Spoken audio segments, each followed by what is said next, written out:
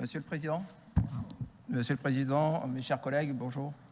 Je vous présente donc cet amendement pour une modification du texte comme il est présenté. Donc en page 3, avant-dernier paragraphe, par ailleurs, afin que nos forces de l'ordre puissent se déplacer gratuitement et assurer dans le même temps la sécurité des voyageurs, nous voulons que le pass sécurité, déjà adopté par les élus régionaux, réunis en assemblée plénière le 24 juin 2016, soit élargi à l'ensemble des forces de l'ordre, entre parenthèses, police, gendarmes, personnel pénitentiaire, douanier. Donc sur ce, entre parenthèses, je souhaiterais que soient ajoutés les réservistes opérationnels premier rang de la gendarmerie et police nationale. Également, en page 6, premier paragraphe, quatrième ligne, nous avons exactement la même chose, le même détail.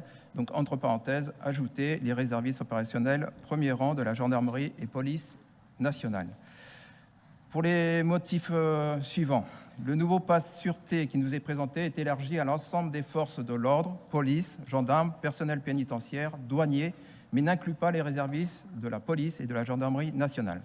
Sachant qu'en région Provence-Alpes-Côte d'Azur, la réserve opérationnelle de premier rang renforce les unités d'active et les structures de commandement. Ces réservistes contribuent à la sûreté publique, entre parenthèses, garantir la protection des personnes et des biens, renseigner, alerter et porter secours, et à la bonne exécution des lois.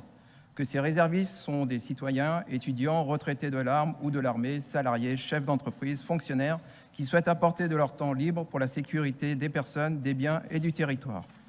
Qu'en 2020, uniquement dans les Bouches-du-Rhône, les 530 réservistes de la gendarmerie nationale ont effectué 8170 missions, dont celle pour la sécurisation des transports dans les trains express régionaux et les lignes de car de la région Provence-Alpes-Côte d'Azur, du département et de la métropole.